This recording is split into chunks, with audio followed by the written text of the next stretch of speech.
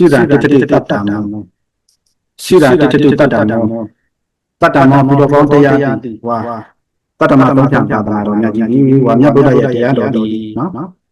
ရှိတာကြံနေဆိုတာတိထတုတိပါစေတည်းနော်တိထတုတိပါစေတည်းဆိုတော့မြတ်ဗုဒ္ဓရဲ့တတ္တနာတော်မြတ်ကြီးရေးစီတတ်ဖို့အတွက်ဘာတွေလိုရလဲတတ္တနာတိတတ်ရင်ပတ်သက်ပြီးတော့ကျောင်းနဲ့တော့ပို့ချမ်းချပါအချို့ကတော့မျိုးသမီးတွေကြောင့်ကျောင်းသားတွေကြောင့်ယဟန်တွေကြောင့်နော်ဘုဒ္ဓတွေကတတ္တနာဖြစ်နေတယ်ယဟန်တွေကတတ္တနာဖြစ်နေတယ်နော်မျိုးသမီးတွေကဖြစ်နေတယ်မျိုးသားတွေကဖြစ်နေတာဆိုတော့အမျိုးမျိုးတွေပြောနေကြတယ်နော်ပြောနေကြတယ်အဲ့တော့ဧကုတ္တမြတ်ရဲ့မှာနော်မြတ်ဗုဒ္ဓရဲ့ဟောကြားတော်မူတဲ့သုတ္တတွေဒေသနာတော်တွေထဲကကိမိလတော်ဆိုတာရှိတယ်နော်ကိမိလတော်ဆိုတာရှိကိမိလမထေကိုနော်ကိမိလမထေကိုဟောတဲ့ဒေသနာပေါ့အဲ့တော့သာသနာတိတ္တကြောင့်ကြောင်းထဲမှာဝိနည်းဒေသနာနဲ့ကြည့်မယ်ဆိုရင်အဲ့လိုပေါ့နော်အဲ့ဒါမြတ်ဗုဒ္ဓကနော်တရားကိုတူလေးပဲဟောတဲ့အခြေအနေပေါ့နော်ဝိနည်းဒေသနာကိုမတင်ညာဘူးနော်အဲ့ဒါတော့ဘုရားရဲ့လက်ထက်မှာသာသနာကရှိတယ်ရေရှိရှိတဲ့သာသနာကနော်ကျေပြတချို့ဘုရားရှင်တွေရဲ့သာသနာတော်သာသနာတော်မြတ်ကြီးကတူတယ်နော်တူတယ်သူကဘုရားရဲ့နောက်မှာဆက်ခါတဲ့သာသနာကသူတို့ပြည်တယ်ဆက်ခံမှမရှိတော့အဲ့တော့သာသနာဆိုလို့ပွေသွားတယ်။ခုခေတ်လိုကြတော့ဆက်ခံနဲ့တပိတော်ကလည်းအများကြီးရှိတယ်တရားတွေလည်းမြတ်ဗုဒ္ဓကလည်းပါဠိတော်ကြီးပြထားတယ်နော်တရားတွေလည်းအကျယ်ပေါ်ထားတာဖြစ်တဲ့အတွက်အခုခေတ်ဆိုရင်သာသနာစေးတိကကြတော့အဲ့ကြောင့်ဝိနည်းဒေသနာကအဲ့လိုရှိပေမဲ့နော်အဲ့လိုရှိတယ်နော်ပို့ပြီးတော့မသားဆရာဆောင်တဲ့ဒေသနာတစ်ခုကတော့ကိမိလတုတ်တာကိမိလတုတ်မှာဟောတဲ့အကြောင်းကြားတယ်နော်ဒီကိမိလတုတ်မှာဟောတဲ့အကြောင်းအရာဆိုရင်ပါလေဆိုရင်ကိမိလမထေရမြတ်ဗုဒ္ဓကိုရှောက်တာပေါ့နော်တတ္တမသုံးကြောင့်ဘုရားရဲ့တရားရေရှင်တိတကြောင့်နော်ဘယ်လိုအကြောင်းကြောင့်ရေရှင်တိတမလဲဘယ်လိုအကြောင်းကြောင့်ရေရှင်မတိတဘူးဖြစ်မလဲလို့မင်းရှောက်တဲ့အခါမှာမြတ်ဗုဒ္ဓကပရိသတ်၄ပါးကိုကြည့်ပြီးတော့ပြောလိုက်တယ်ပရိသတ်၄ပါးနော်ဒီကူကြောင့်မဟုတ်ဘူးဒီကူကြောင့်မဟုတ်ဘူးအဲ့လိုမျိုး community တစ်ခုတည်းကိုပြောတာမဟုတ်ဘူး community လေးခုလို့ assembly လေးခုလို့မြတ်ဗုဒ္ဓရဲ့ပရိသတ်၄ပါးလို့ပါဝင်တဲ့အကြောင်းအရာကိုမြတ်ဗုဒ္ဓကတုတ်ပြန်ဖြည့်ရှင်းပေးတယ်နော်ဒီခုကိုဥပဒကဆိုတဲ့ပရိသတ်၄တိုးရှိတယ်နော်ပရိသတ်၄မျိုးရှိတယ်အဲ့တော့ဒီပရိသတ်၄မျိုးကဗုဒ္ဓအာကာရကငါတို့အကြောင်းပြတာဝရှိတာကပရိသတ်၄ပါးလို့တောင်းရှိတယ်နော်အဲ့ဒီပရိသတ်၄ပါးကဒီတရဏကိုဘယ်လိုထိန်းသိမ်းကြကြလဲနော်ဆိုတော့ဗုဒ္ဓအာကာရကဘုရားပေါ်ယုတ်တင်မှုမရှိဘူးလေနော်ဘုရားပေါ်မှာယုတ်တင်မှုမရှိဘူးဆိုလဲတရဏပြဓမ္မအာကာရကဘုရားပေါ်မှာယုတ်တင်လေးစားမှုမရှိဘူးဆိုဘာသာအာကာရကဘာသာပေါ်မှာယုတ်တင်လေးစားမှုမရှိဘူးဆိုပြသုံးချက်ရှိတယ်ဗုဒ္ဓအာကာရကဓမ္မအာကာရကဘာသာအာကာရကဗုဒ္ဓအာကာရကဆိုကြည့်တယ်လေနော်ဘုရားရှိတော့ဘုရားပေါ်မှာယုတ်တင်တာတော့ရှိကိစ္စလာပေါ့မြတ်မောဖြစ်နေဆိုမှစီတီဘုရားရဲ့ပုံစံဖြစ်တဲ့တရားအစားဝိကွယ်နေတဲ့နောက်ပရိဘောဂရှိတယ်အဲ့ဒါကိုလေးမဆန်းလို့ရအောင်စီတီရှိတဲ့ဘုရားတွေရှိတယ်နော်အာကာရကဖြစ်အောင်မလုပ်ရဘူးအဲ့ဒီပုံမှာနော်ဘုရားကလည်းယုတ်တယ်ဘုရားကိုယုတ်တိတော့သွားတယ်နော်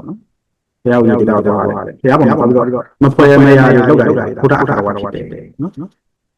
ဓမ္မအာကာရကဆိုရင်လည်းလိုပဲနော်တရားနာလို့ဆိုရင်တရားယူနေမနာဘူးဒီဝိရိယမနာဘူးနော်ပြည့်ရပြည့်ကြောင်းလုပ်တယ်နော်တရားနာတဲ့ပုဂ္ဂိုလ်နောက်ဆက်ပြီးတရားဓမ္မအာကာရဘာကအာကာရဆိုရင်လေဒီဘာကနာပတ်တယ်တော့စိတ်မကြည်ရမကြည်ကြောင်းတွေလုပ်မယ်နောက်ဆက်တွေဖြစ်ပြောကြတာကဗုဒ္ဓအာကာရကဓမ္မအာကာရကဘာကအာကာရတွေနော်တိုးလာတယ်များလာတယ်ဆိုရင်ဒီပရိသတ်၄ပါးလို့ပြောတာနော်အဲ့ဒါတဒနာပြည့်စုံကြောင်းပဲတဒနာဒီတကြောင်းကြောင့်တဒနာတိုးမဲ့လက္ခဏာနောက်တစ်ခုကတိတ်ခါဒီတို့အာကာရကတာနော်ပါဠိရတော့မှာနော်တိခံတယ်သူအထာရဝတ္တတိခံခံပေါ့နော်ကိုယ့်ရဲ့စီးတွေပဲပေါက်လာတယ်ဆိုတော့ကိုယ်စီးနော်ဒီခုဥပဒကဥပတိကနော်ဒီခုလည်းနိုင်ရဟန်လည်းနိုင်တိခံဖို့ကိုจิตတရားတွေဒီခုလည်းနိုင်ရမယ်တိခံဖို့ကိုจิตတရားတွေလူဥပဒကဥပတိကလည်းနိုင်ရမယ်ဒီလက်တရားတွေအဲ့ဒါတွေရှိတယ်ပေါ့နော်အဲ့ဒါတွေကလေးမဆန်းလို့ဆိုအဲ့ဒါတော့ပြတ်ကြောင်းပဲနော်မလေးမဆန်းဆိုတော့မလက်နိုင်တော့ရဟန်တွေကလည်းတိခံဖို့မချစ်တော့ဘူးနော်မချစ်တော့ဘူး ပြခုနေတဲ့လည်းမချစ်တော့ဘူးလူတွေကလည်းလေးမထားတော့ဘူးနော်လူတွေဆိုလည်းဟုတ်တယ်ငါမတိမလေးမထားတော့ဘူးခုခေတ်ဆိုရင်ဒီလေးတွေခိုးနေကြတာနော်အဲ့ဒါသက်ခံတဲ့သူအတ္တဝါဒသက်ခံဖို့တော့လေးစားမှုမရှိတော့ဘူးပြောတာကိုသက်ခံရရတယ်ကိုလေးစားမှုမရှိတော့ဘူးဖြစ်တယ်လို့ကျူးလွန်ကြတာပေါ့နော်အဲ့ဒါကသက်ခံတဲ့သူအတ္တဝါဒဒီပရိသတ်လေးကလူမျိုးဆက်လုပ်နေဆိုအဲ့ဒါကတော့ဒီတာကြောင့်မဟုတ်ဘူးဒါ social justice ပြည့်မဲ့အကြောင်းပဲလေးခုရှိပါပြီနော်နောက်ဆိုတော့နော်အင်းညမင်းတို့နော်အင်းညမင်းတို့အကာရဝါဒ mutual respect လို့ပြောကြတယ်ပြန်လာလေးစားမှုရှိတယ်အပြန်လာလေးစားမှုရှိတယ်သာသနာတိုးတက်ကြီးပွားကြောင်းမှာနော်အပြန်လာလေးစားမှုရှိရတယ်ဟာနောက်ယဟမလူပတ်တကအပြန်လာတဲ့တက်ကလေးစားမှုကရှိရတာပေါ့ယဟလည်းတကားတွေကိုနော်ဆက်ဆက်တွေကိုဆက်ဆက်လို့လေးစားမှုရှိတယ်ပဲလေးစားမှုထားတယ်နော်တကားကလည်းပြုလေးစားတယ်နော်ဒီကုနီလေးစားတယ်ဒီကုနီလည်းယဟန်တကားတွေလေးစားတယ်အဲ့လိုအပြန်လာလေးစားမှုနော် mutual respect လို့ခေါ်တယ်အပြန်လာလေးစားမှုရှိမှအဲ့ဒီတခုကလည်းရှိရနော်အပြန်လာလေးစားမှုရှိတော့ဆိုတော့ဖြစ်တယ်အပြစ်ဖို့နေတယ်ကိုကြီးလည်းတကားကိုအပြစ်ဖို့လက်တကားကလည်းကိုကြီးအပြစ်ဖို့လက်အဲ့ဒါအပြန်လာလေးစားမှုတွေမရှိတော့ဘူးနော်အဲ့ဒါအင်းညအခါဝါဖြစ်လာအဲ့ဒါဆိုတော့ကိုယ်ပြောရတာသာသနာတိတကြောင့်မဟုတ်ဘူးအဲ့တော့ဒီငါချက်ပြင်းမလားကိုမြတ်ဘုရားဟောကြားခဲ့တယ်နော်အဲ့ဒါတော့နော်ဆိုတော့ဒါကမက်ကတင်နဲ့ပြောတယ်လေအဖြောင်းနဲ့ပြောမယ်ဆိုတော့ဘာလို့အောင်လဲဘုရားပေါ်မှာယူသေးတယ်လေပရိသတ်၄ပါးကဘုရားပေါ်မှာယူပြီးမှုရှိရမယ်တရားပေါ်မှာယူပြီးမှုရှိရမယ်တန်ခါပေါ်မှာယူပြီးမှုရှိရမယ်နော်ဘုရားတရားတန်ခါပေါ်မှာယူပြီးမှုတွေပြည့်စုံလာပြီဆိုတော့မကောင်းယူပြီးမှုတွေတိုးတက်လာတယ်จิตသုံးနေတယ်ဆိုရင်ဒါသာသနာတိတကြောင့်ပဲနော်သာသနာတိတကြောင့်နော်နောက်တစ်ခါသိခံဖို့နော်သိခံတဲ့ဒုက္ခဝတ္တသိခံဖို့ကိုจิตတရားတွေကိုယ့်ရဲ့စီမင်းစည်းကမ်းတွေတမတ်ချက်တွေကိုလက်နာจิตသုံးနေတယ်ဆိုတော့သာသနာတိတကြောင့်จิตသုံးတဲ့လူရှိနေပြီပြောမယ်ဆိုတော့จิตသုံးတဲ့လူရှိတဲ့အတွက်သာသနာတိကဒီတရားဓမ္မတွေမြတ်ဘုရားဟောကြားကြတယ်နော်မယတာမောဆောင်နေရောစာတိတော်သိညာတော်သောဝမမစေနာတထာငါတရားပြန်တော်ပြောပါမှာနော်ဒီနော်ဓမ္မပညာတွေဒီလိုရဆရာပဲအဲ့ဒါဟောကြားတဲ့အတိုင်းလက်နာထိုင်တော့ရှိမယ်နော်မလက်နာတော့ဆိုတော့မတည်ဘူးနော်ဒါက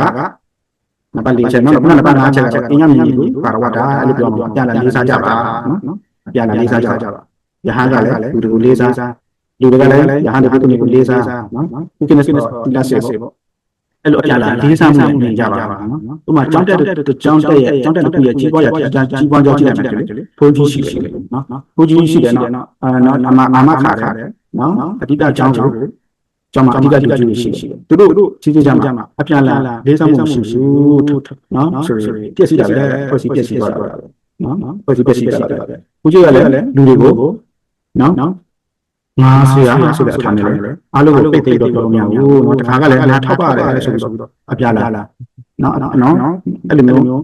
တဆွတ်လို့မရဘူးအပြလာလေးစားမှုနဲ့သူ့ပန်းနဲ့နေပြီးတဲ့အခါမှာသူလို့ရမယ့်အပိုင်းကိုလို့ရမယ့်အပိုင်းကိုတေချာနားလဲတဲ့အခါမှာ